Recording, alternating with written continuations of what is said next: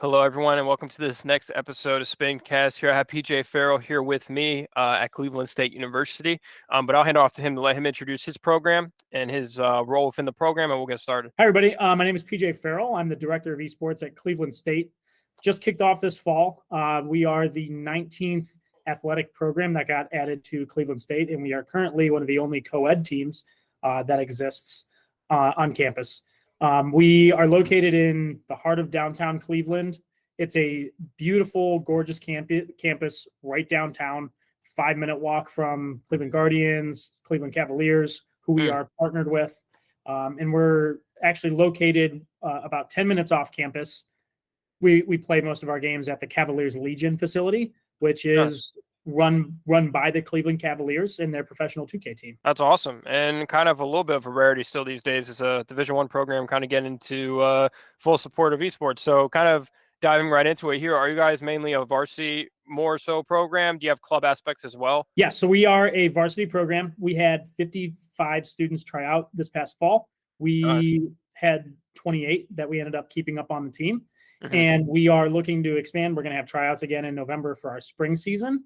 But we are starting up some club programs too for some students that want to get a little bit better at the game, find some other people on campus, and then ultimately want to play for the varsity esports program. So was esports in general a pretty new thing starting this fall at Cleveland State? Yes, it's actually been around for a little bit as a club. I know that there was a lot of students on campus, and a lot of the students who are on our team right now were the ones who really wanted to start up esports as a varsity program. So it's been around for a little while, and I knew about it, that it had been around for a little while, but ultimately this is the first year. Gotcha. Awesome. And you mentioned 28 players. How many current teams do you guys have? So we currently have 6 teams. We compete in 5 different games. Awesome. And what games are you recruiting for? Is it those kind of same tiles, any additional ones? Yeah, we would love to do multiple teams for every game that we have. So we have League of Legends, Rocket League, Valorant, Overwatch 2, and then Smash Brothers Ultimate.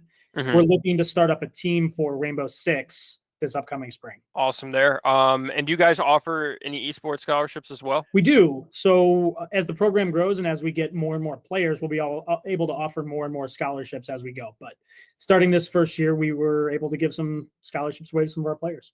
That is awesome. And when recruiting, what are some kind of the main traits or skills that you look for with the recruit? I know you mentioned kind of early on, it's been more your club has supplemented a lot of your varsity teams, but I assume as you guys continue to expand, you'll be reaching outside of your university to bring in players.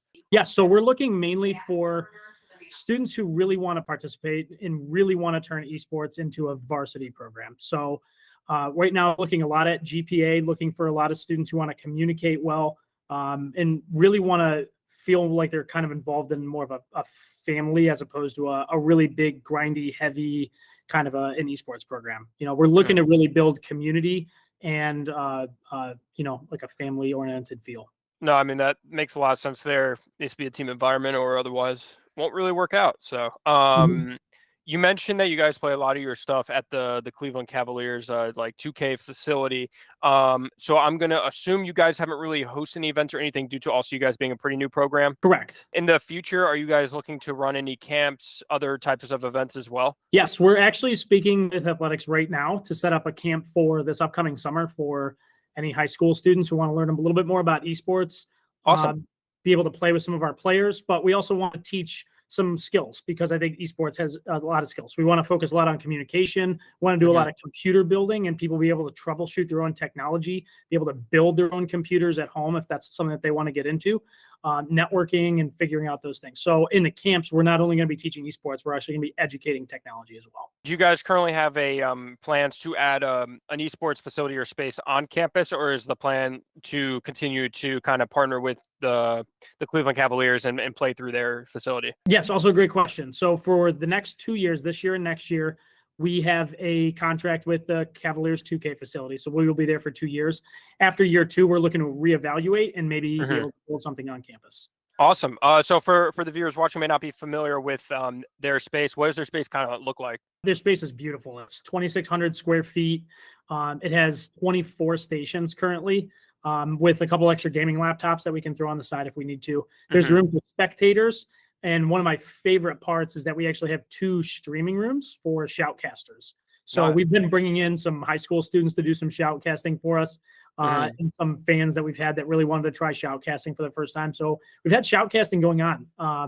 And then we have the stream room that we also run those through as well. But we've been able to actually get Smash Brothers up and running as a stream, which has been pretty fun. We've been doing some shoutcasting with that too. It's been great. Awesome. And you mentioned it's about, I believe, 10 minutes you said from your campus, so pretty close. Yes. Yeah. It's about 10 minutes. Some kids will take the bus there, might take them 15, 20 minutes or something like that. And that's for practices and games? Practices and games. And you mentioned shoutcasting. Are you also recruiting or looking for students who can help your program within non-player roles as well? Yeah, absolutely. Right now we have 3 students who have been coming up pretty consistently. They've been learning how the streams work. We've been running through stream labs. We've been running with the shoutcasters and trying to work some play-by-play. And then we just have some people who kind of help with our social media and Instagram, but we would love to do some more graphic design and get some more other people involved in that regards for sure. What would you say? So brand new program. So you've been there for 4 months or so. So within the last 4 or 5 months, what would you say have been some of the bigger challenges you faced so far? I think one of the really big things that we've run into are a lot of players who are, people that are used to playing solo or maybe grinding, some competitive play by themselves, and now having to work and compete against other teams who've been playing together for a long time, and learning how much different that the game becomes when you're working with 5 people as a unit, as opposed to kind of just playing solo and trying to rank up that way. And is that what brings in you kind of looking at the communication aspect as being so important? Yeah, it just makes such a huge difference, and you can tell some of the programs that we've gone up and faced and how much better that they are because they've been playing together for so long. Sure. Yeah. And that makes a lot of sense too, when you kind of are pairing a lot of new players together. I know you mentioned that you brought players from the club, but kind of mixing in, players from a club, bringing in players outside and all that sort of stuff makes it, where it might be, first year or two kind of more like tougher to gel right away, instead of just having the set culture only having one new freshman come in. It's almost like a full new team in a sense. Right. So that makes a lot of sense. But again, still very early on, but you mentioned you guys have had some pretty good success. What would you say are some of the more proud moments or bigger achievements you guys have had so far? Our Smash team's just been doing unbelievable. We have 3 players who are in first place in their divisions. We participate in the NECC, so they've been doing great. We have a League of Legends team who is 4-1 after last night. They got a victory. Nice. And they were really close to being 5-0. So they're definitely looking forward to a really good playoff run. And then our Overwatch team, who's really faced a lot of adversity. We had a couple kids who were on the Valorant team that kind of bounced back and forth. We have another player who does Smash Brothers and bounces back and forth. So they dealt with a lot of adversity, but they've been playing really, really well with Overwatch 2, which was another big puzzle piece thrown into that, transitioning from Overwatch 1 to Overwatch 2. But they have come together and they've done really well for themselves. They've taken down a couple really tough Purdue teams. So no, I mean, that's awesome.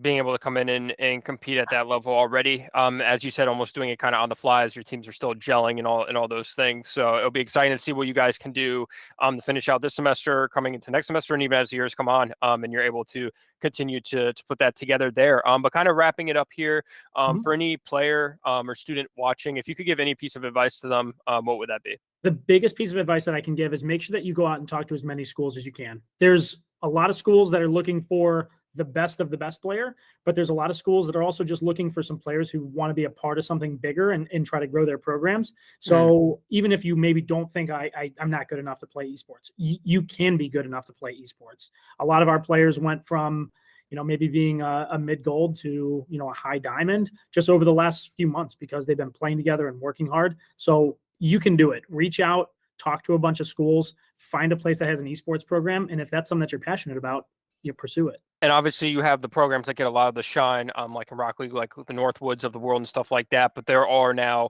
over 450 programs that offer scholarships around the country. So not all of them have SSL players. There's just not that many that exist at the end of the day. So there are plenty of opportunities, like you mentioned. And that's the same thing that I say, talking to any player is like, what are your priorities? And there's probably a program out there for you. But the priorities obviously also need to fit into the program that you're looking at. And so that's great stuff there. And like you even mentioned with multiple teams, they may not be good enough to play for your top team, but they could be good enough to play for your B team and potentially work their way up. Because I'm sure that's probably something that you'll implement as well into the program. And you can never underestimate what a culture at a collegiate program can provide, like you mentioned, with the development. It's a lot different than playing on an amateur team and bouncing around for a semester or two.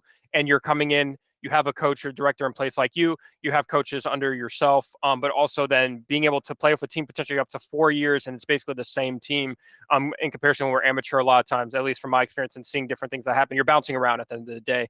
And so that's all great stuff there. And excited to see what comes to be Cleveland State over the years. I appreciate you taking the time, PJ, to come on and let everyone learn more about what you guys got going on there. But to hand it back off to you one last time, for any parents, players watching, where could they go to learn more about your program? Yeah, so we have a Twitch. Our Twitch is CSU Vikes_GG, and that's also the same handle as our Twitter and our Instagram. So please join us. Check out our About section. Feel free to contact me at any point. You can contact me through my email, which is p.m.farrell23@csuohio.edu.